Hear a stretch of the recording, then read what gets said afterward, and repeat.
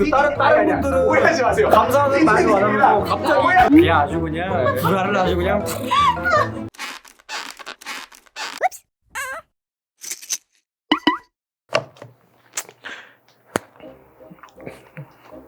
들고 해야지.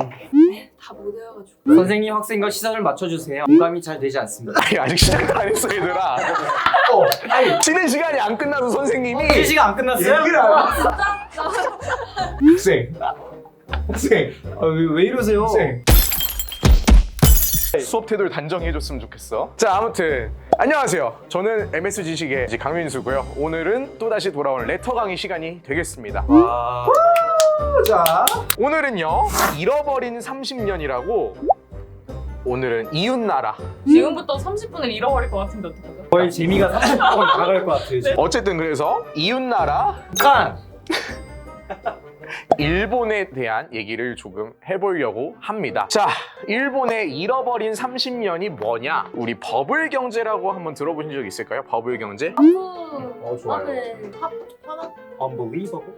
버블 경제가 뭐냐면 이런 거예요. 우리가 실질적인 재화나 서비스의 가격은 크게 변동이 없는데 집값, 땅값, 주식 가격 이런 자산 가치는 뻥튀기 되는 거야. 이렇게 버블 경제가 터졌어요. 끝났나요?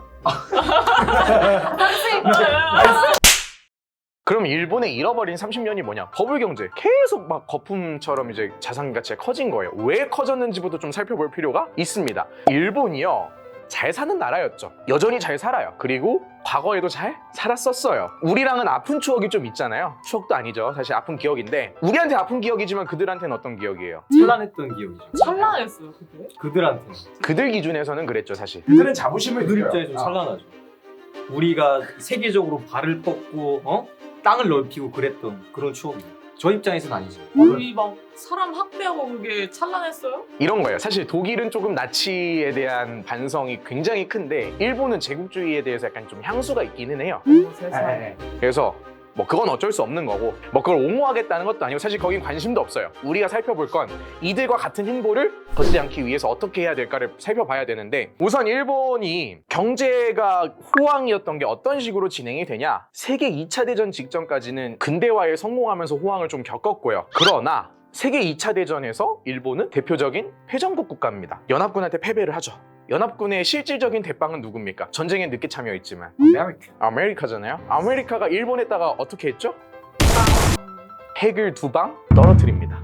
그렇게 되면서 일본이 무조건 항복을 하죠. 자, 일본이 항복을 한 이후 사실 독일이 더 먼저 항복을 했기 때문에 거의 일본의 항복이 2차 대전의 종지부 정도라고 볼 수가 있겠어요. 일본이 전쟁의 패배로 인해서 사실 굉장히 경제적으로 피폐했어요. 그러니까 얘네가 되는 대로 인구는 인구대로 다 쏟아받고 전쟁했다가 물자는 물자대로 다 쏟아박아서 일본이 사실 힘든 상황이었어요. 꽤나. 근데 2차 대전이 끝나고 어떻게 됩니까? 냉전이 시작됩니다. 그러면은 두 진영으로 갈라치기가 되죠. 전 세계가 자본주의 진영하고 공산주의 진영으로. 그러면 미국 입장에서요, 중국이 공산화되는 과정을 겪고 있어. 아시아의 가장 큰 나라 중에 하나가 그런 경험을 하고 있다 보니 일본 입장에선 아시아의 자본주의의 거점 기지들을 세워야 되는 거예요. 아시아 국가 중에서 영향력이 센 국가들을 따졌을 때 당장은 일본만큼 강한 국가가 없었던 거예요. 그래서 미국이 일본에 1차적으로 경제적 지원을 많이 합니다. 한국도 마찬가지죠. 한국도 경제 성장 과정에서 미국이 경제적 지원을 많이 했죠. 왜? 남한 같은 경우에 공산화를 방지하기 위해서 이 당시에 유럽의 여러 국가들한테도 미국이 지원을 했기 때문에 미국의 그냥 일종의 정책이라고 보시면 되겠어요. 그럼 사실 웃긴 거야. 지들이 핵 2방도 해보고 이제 전쟁으로 피폐하게 만들었다가 야 니네 그래도 아무리 힘들어도 공산은 꿈꾸지 마. 자본주의로 가자. 이러면서 돈을 지원을 해줘요. 그래서 일본이 그 돈을 먹고 무럭무럭 자랍니다. 병주고 약주. 맞아요.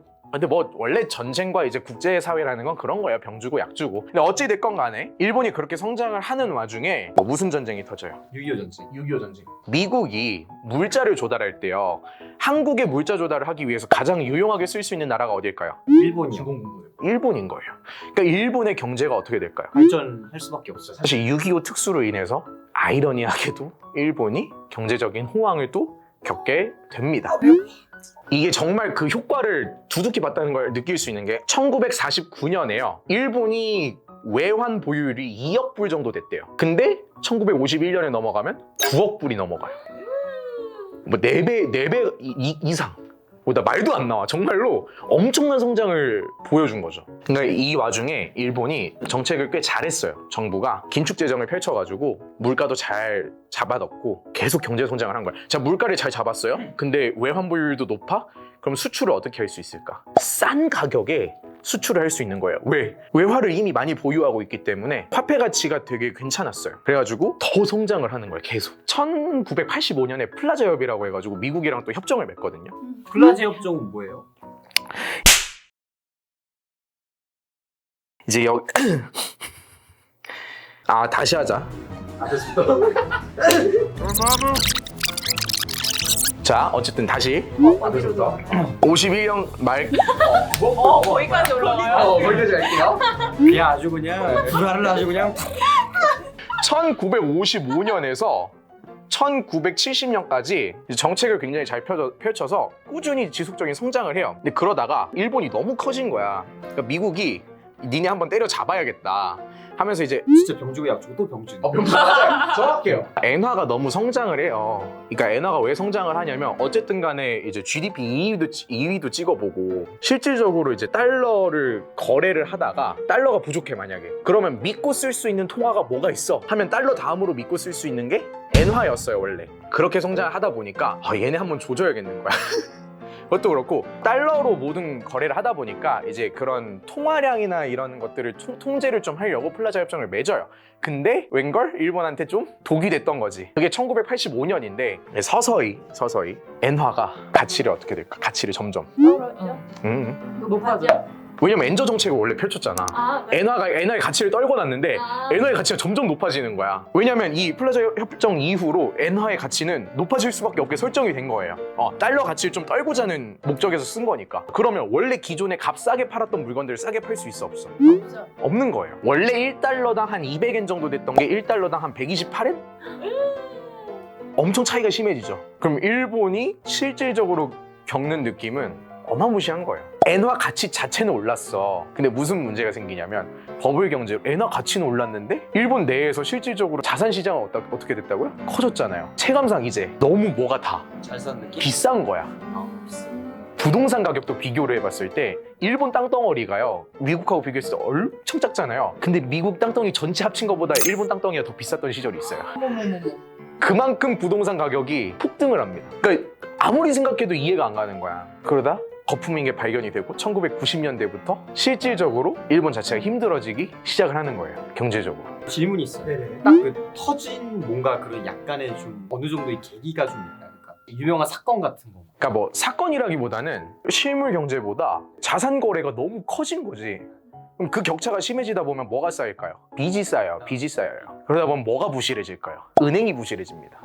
금융권이 부실해져요. 금융권이. 대표적으로 서브프라임 모기지 때 금융권이 부실해지면서 고생을 하잖아요. 네, 맞아. 그리고 나서 이제 내리막을 걷는데 이 문제는 내리막 걷는 과정이에요. 내리막 걷는 과정에서 사실 세대 간의 갈등도 좀 심해지고요.